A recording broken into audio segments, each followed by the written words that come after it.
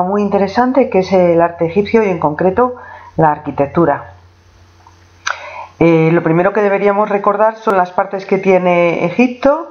Hay que distinguir una parte del Bajo Egipto con el delta del Nilo, es una zona llana, arenosa, pantanosa, y la zona del Alto Egipto en la que el río se encuentra más o menos encajado entre las paredes de piedra de las montañas que lo rodean.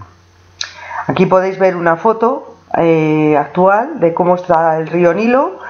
Lo veis que tiene islotes, cómo los pequeños poblados se han situado fuera de la zona de inundación del río, y al fondo pues vemos las altas montañas donde vamos a encontrar luego los valles de los reyes o de los nobles.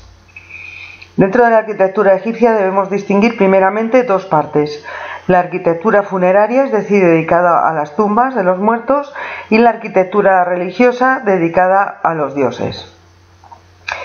Características generales de las dos arquitecturas son las siguientes: edificios de gran tamaño. Mirad, por aquí podéis ver, por ejemplo, delante de este templo, pues la gente que tiene un tamaño realmente minúsculo.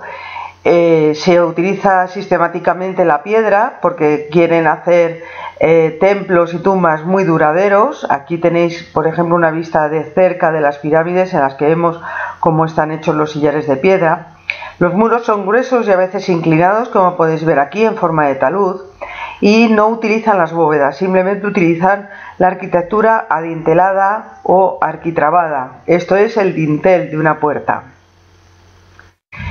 Van a utilizar columnas como elemento de sujeción de los arquitraves o de las vigas, y tenemos diferentes formas inspiradas fundamentalmente en los aspectos más bonitos de la naturaleza, como son las flores, la flor de loto, y entonces hablamos de columnas lotiformes, las palmeras, entonces hablamos de columnas palmiformes, o también en forma de campana, como son las campaniformes. Dentro de la arquitectura religiosa hay que distinguir la funeraria, las tumbas. Vamos a estudiar tres, que son la mastaba, las pirámides y los hipogeos. Las mastabas son las tumbas más antiguas que utilizaban los funcionarios o los nobles cercanos al rey. Tienen forma tronco piramidal, son más bien bajas, tienen un pozo por donde se descendía, un pozo que es relativamente ancho, por donde se descendía el ataúd donde estaba el cadáver. Luego tenemos una capilla a nivel del suelo para que los parientes del difunto vayan a ofrecerle flores, alimentos o lo que sea. Y luego tenemos una sala incomunicada o serdab, donde frecuentemente aparece la escultura del muerto, del difunto, porque los egipcios pensaban que para conservarse el alma durante toda la eternidad necesitaba un punto de apoyo, mejor si podía ser el cuerpo, pero por si acaso el cuerpo no resistía el paso del tiempo, al menos tener una estatua que sirviera de reposo al alma del muerto. Las pirámides son propias del Imperio Antiguo, de la zona cercana más o menos al Cairo actualmente. Están construidas en piedra, con grandes sillares de piedra, son realmente muy enormes. Aquí veis dos personas que nos sirven de escala, y algunas de ellas no se llegaron a utilizar. Incluso hay dudas sobre que fueran realmente sitios de enterramiento, porque no se han encontrado restos de ningún tipo. También es verdad que desde la antigüedad ha habido saqueadores de tumbas casi profesionales que a lo mejor llegaron dentro de las tumbas y las dejaron absolutamente vacías. La primera pirámide que vamos a conocer es esta, que es la pirámide del faraón Zoser, que está en la necrópolis de Saqqara. Necrópolis sería el equivalente a cementerio, donde encontramos en Saqqara muchísimas mastabas y también esta pirámide escalonada. Realmente la pirámide escalonada de Saqqara surge como si fuera el amontonamiento de una serie de mastabas. Originalmente se parece mucho porque tiene un pasadizo inferior donde se dejaría la tumba con el sarcófago, y luego una entrada que todavía se puede observar y donde ves la estatua del emperador Zoser. Aquí veis una bonita vista de esta pirámide escalonada de Saqqara. Veis que está construida con sillares de piedra y bueno, pues como está muy cerca del desierto vemos que tiene una gran acumulación de arena. Pero las más conocidas de todas las pirámides son las pirámides de Gizeh o Giza. Fijaros, está situado sobre una meseta, sobre una zona alta de piedra, y aquí al final, debajo, podéis ver la zona de inundación del río Nilo. Aquí muy cerca está el Cairo. Tenemos tres grandes pirámides: la pirámide de Keops, que es la más grande, la de Kefren y la de Miquerinos, con tres de sus esposas que tienen tres esculturas más pequeñas. Lo primero que tuvieron que hacer fue regularizar todo este terreno. Veis que aquí está bastante liso, para que las pirámides estuvieran bien asentadas y salieran perfectas, ¿no? Tienen una geometría perfecta, están hechas con grandes sillares de piedra y con un revestimiento de piedra que en casi todas las pirámides se ha perdido, menos en la parte superior de la pirámide de Kefren. Era otro revestimiento de piedra más bonito y más liso. Parece ser que en la punta de arriba tenía también una pequeña pirámide hecha de electrón, es decir, de una mezcla de oro y plata, con lo cual pues se veía que brillaban desde todas partes de Egipto. ¿Qué es lo que vemos dentro de una pirámide? Por ejemplo, la de Keops o la de Kefren. Lo primero que nos va a llamar la atención es que la entrada nos conduce a una zona subterránea por debajo del nivel del suelo, donde nos vamos a encontrar con una cámara subterránea. Es posible que esto fuera una cámara que intentaba distraer a los ladrones y de manera que no encontraran el camino adecuado para ir a la cámara del rey. Tenemos otro camino que veis que se bifurca y que nos llevaría a otra cámara que se le ha llamado la cámara de la reina, aunque tampoco se ha encontrado nada. Luego tenemos una zona muy inclinada, donde según algunas teorías por aquí pasaban piedras, como si fuera una zona de deslizamiento, porque tiene muchas ranuras en esta zona, en este pasadizo. Y finalmente llegamos a lo que se ha llamado la cámara del rey, aunque insisto que no se han encontrado restos ni de sarcófagos ni nada. En la parte de arriba, imaginaros que todo esto está creando un gran peso, y entonces tenemos una zona que se llama con compartimentos de descarga que desvían el peso en estas dos direcciones para que se pueda mantener abierto el techo, porque si no se hundiría. Todas las pirámides fueron saqueadas en tiempos antiguos, de manera que no conservamos nada en su interior. Estas tres pirámides que hemos visto, la de Keops, Kefren y Miquerinos, pertenecen a todo un conjunto funerario, que no solamente se trataba de estas pirámides, también tenemos pequeños templos, las zonas donde se embalsamaba a los emperadores, a los faraones, y unas rampas, lo veis aquí, unas rampas por donde se subía con una especie de trineo al faraón. En aquella época no se usaban todavía las ruedas como elemento de transporte habitual de los faraones, y entonces lo que llevan es un trineo llevado por los esclavos o por algún animal que lo conducían hacia la zona de la pirámide. Aquí podéis ver la esfinge de Gizeh, que es lo que vamos a ver ahora.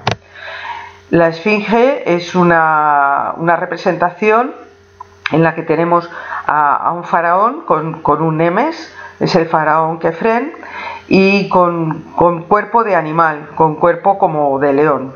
Es una escultura muy interesante, pero que ha sufrido la erosión durante miles de años, de manera pues que esta zona se ha visto muy perjudicada. Al fondo veis, esta sería la zona de la rampa, y al fondo tenemos la pirámide de Kefren con la zona de revestimiento que se ha conservado. El tercer tipo de tumbas son los hipogeos, son tumbas que se han excavado debajo de la tierra y se encuentran en tres valles, que son el Valle de los Reyes, de las Reinas y de los Nobles. El hipogeo puede tener diferentes tamaños, los hay pequeños como el de Tutankamón, o los hay muy grandes como el de la tumba de Nefertiti, que vamos a ver ahora. Originariamente se tapaban con piedras, de manera que se intentaba disimular dónde estaban para que los ladrones no las encontraran. Es decir, esta entrada tan bonita pues ahora la han puesto para los turistas, pero tenéis que imaginar que esto estaba completamente tapado. Aquí veis la tumba de Nefertari. Nefertari es la mujer, la esposa de Ramsés II, uno de los faraones más importantes del Imperio Nuevo, y tiene una tumba muy interesante, que sobre todo se han conservado muy bien las pinturas. Tenéis que entender que esto está excavado en la piedra, no está construido, está excavado, de manera que los pilares, por ejemplo, pues son originales, estaban ahí, es piedra de la que estaba ahí. Aquí tenéis algunas de las pinturas donde podemos reconocer algunos de los personajes. Aquí, por ejemplo, vemos a Osiris, aquí está la diosa Hathor, ¿vale? Y esta seguramente se trata de la faraona Nefertari. El único hipogeo que se ha conservado intacto es la tumba de Tutankamón. El arqueólogo Howard Carter, a comienzos del siglo XX, descubre, después de mucho buscar, la tumba de Tutankamón y se asoma por una puertecita, que, bueno, con un pequeño agujero que había aquí, y excavaron este corredor, y cuando encontraron otra segunda puerta aquí y consiguieron abrir un agujerito, pues casi no podían creer todo lo que estaban viendo, todo lleno de muebles dorados y unas cosas extraordinarias que ellos no pensaban que pudiera existir allí. Veis que hay todo tipo de cosas, había carros de guerra, estaban unas camas, cofres, mesas, arcones, incluso unos esclavos de mentira hechos estatuas de madera, y también ahí detrás pues había otro montón de objetos. Todo esto es lo que necesitaba el faraón para su vida de ultratumba. Hay que tener en cuenta que Tutankamón fue un faraón que vivió muy pocos años, que murió bastante joven, y por lo tanto tiene una tumba muy pequeña. Habría que imaginarse la cantidad de riquezas que tendrían los faraones que vivieron muchos años, como Ramsés II, que llegó a tener 92 años de edad. Veis aquí la vista de esta zona, con los esclavos de estatua, las camas, jarrones, otras estatuas, restos del carro, y aquí veis a Howard Carter abriendo el sarcófago de Tutankamón.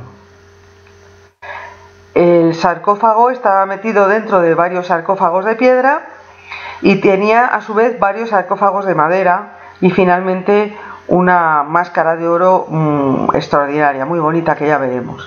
Aquí en la pared del hipogeo, pues lo que encontramos son varias escenas relacionadas con los ritos funerarios. Por ejemplo, esto se llama la apertura de la boca, para que el espíritu pudiera salir de la boca del faraón. Aquí tenemos a Osiris, y aquí tenemos al faraón que se encuentra con Osiris y que parece que le abraza y le admite en la eternidad, en la vida eterna.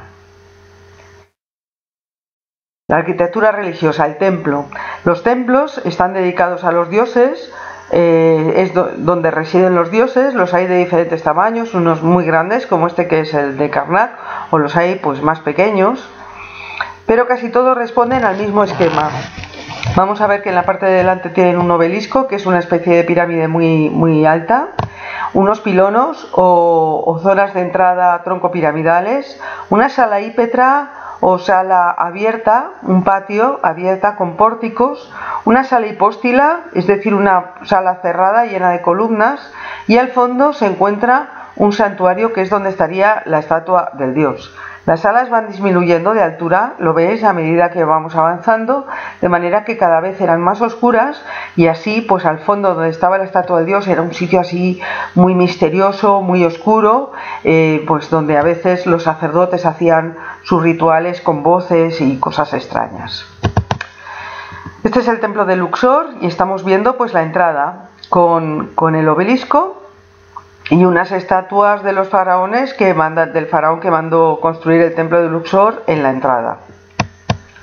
Este es el templo de Amón, dedicado a Amón en Karnak, con una avenida de esfinges, que son estas. Las esfinges son algo parecido a una mezcla de animal y de hombre, y en este caso con cara de carnero, que es el animal típico que sale unido a Amón. Después teníamos una sala abierta, una sala hípetra, un patio porticado, en este caso que pertenece al templo de Horus en Edfu, y ya os digo que todos los templos se parecen bastante. Y después venía la sala hipóstila o sala cubierta y llena de estatuas. Aquí podéis ver el tamaño que tiene. Este es el templo de Edfu. Es de los pocos que se ha conservado las vigas de tejado, y ves que son bastante anchas y bastante grandes. De hecho, la gente se puede sentar en ellas como si fuera un banco. Aquí vemos también la sala hipóstila de Karnak, pero desgraciadamente pues aquí el techo no se ha conservado. Son unas columnas verdaderamente enormes, en las que hace falta varias personas para poderlas abarcar dando la vuelta con los brazos. Uno de los templos más curiosos es el templo de la reina Hatshepsut, que ya vimos que era una faraona que cogió el poder mientras su hermano pequeño pues era todavía joven, y se mandó construir a sí misma un templo semi excavado en la roca. Tenía diferentes terrazas y bueno, se ha conservado relativamente bien porque está semi excavado en la roca, es decir, la parte de fuera es como una gran escalera y con varios pórticos, y que no responden en absoluto a los esquemas de templo que hemos visto antes. Algunos templos se encuentran muy cerca del río Nilo, como este que tenéis, el templo de Philae, donde podemos ver más o menos el mismo esquema de siempre: los pilonos con la entrada, la sala hípetra o patio porticado, otros pilonos que darían lugar a la sala hipóstila, que ya no la vemos pero que está aquí, y al santuario, que sería la parte final. Y uno de los templos más interesantes y más llamativos es el templo de Ramsés II en Abu Simbel. Abu Simbel se encuentra muy al sur de Egipto, realmente en la frontera con Nubia, y parece ser que Ramsés II lo hizo para dejar muy impresionados a los nubios, que eran enemigos suyos, eran tribus africanas de raza negra, y que con los que siempre mantenía un contencioso, de manera que él hace este templo, manda excavar este templo para decir a los nubios, para mostrar claramente a los nubios el poder tan grande que tenía el faraón en Egipto. Así que vemos las estatuas de Ramsés II, 4 estatuas, veis que alguna se ha roto y que tenemos la cabeza aquí debajo, y está excavado en la roca, de manera que cuando entras lo que vemos es esto: una sala hipóstila con las imágenes de Ramsés II convertido en Osiris, y al fondo aquí lo que tenemos es el santuario. En el santuario, una vez al año, solamente una vez al año, y coincidiendo creo que con el solsticio de verano, un rayo de sol penetra hasta el fondo, de manera que ilumina a estos grandes dioses, entre los cuales podemos reconocer al dios Amón, que lo reconocemos por estas plumas que llevaba en la cabeza. Justo al lado del templo de Ramsés II se encuentra el templo de Nefertari, el templo dedicado a su esposa, en el que aparecen otra vez Ramsés II y algunos dioses. Es más pequeño, veis que aquí el tamaño de las personas pues nos hace ver que es un templo más pequeño, pero que también está excavado en la roca. En esta foto podéis ver lo cerca que ha llegado a encontrarse el templo de Abu Simbel del río Nilo. En los años 60, 1960 y tantos, se hace una presa en una ciudad que se llama Asuán, y esa presa va a provocar que se haga un embalse muy grande de agua. Mide unos 300 kilómetros de agua de largo. ¿Cuál es el problema? Que si el agua seguía subiendo iba a tapar el templo de Abu Simbel, que ya os digo que es una joya de la arquitectura mundial. ¿Qué ocurrió entonces? Pues que la UNESCO, una asociación por la cultura de las Naciones Unidas, decidió hacer una campaña internacional para salvar Abu Simbel. Y lo que ocurrió fue lo siguiente: se despiezó completamente la montaña donde estaba Abu Simbel. Veis cómo se fueron cortando partes de la montaña, se fueron numerando, se fueron separando de la montaña y finalmente se volvieron a montar. De manera que si ahora vemos el templo de Abu Simbel, ahora pues lo vemos como si fuera una montaña, pero en realidad es una montaña falsa, porque detrás de este templo que ha sido reconstruido lo que encontramos es una gran cúpula que asemeja una montaña. Como España participó con algunos arqueólogos y dinero en el salvamento de Abu Simbel, el gobierno egipcio nos regaló el templo de Devot, que podéis ver aquí en la ciudad de Madrid. Es un templo pequeño, es un templo de época tardía ya de Egipto, y podemos ver aquí cómo era antiguamente. Tendría un muro como casi todos los templos, que estaban protegidos por una pequeña muralla. Tiene diferentes entradas, diferentes pilonos y un pequeño templete al final. Lo tenéis aquí. Esta sería la zona de los pilonos y el templete, y esto donde está el estanque pues simularía por donde estaba la antigua muralla. Aquí tenéis una reconstrucción de cómo son las pinturas, y bueno, pues en cualquier momento os podéis acercar a ver el templo de Devot si es que no lo conocéis, porque es para nosotros una joya el poder tener una obra de arte antiguo Egipto auténtica en la ciudad de Madrid. Y espero que os haya gustado mucho. Aquí tenéis un precioso obelisco. Hasta la próxima.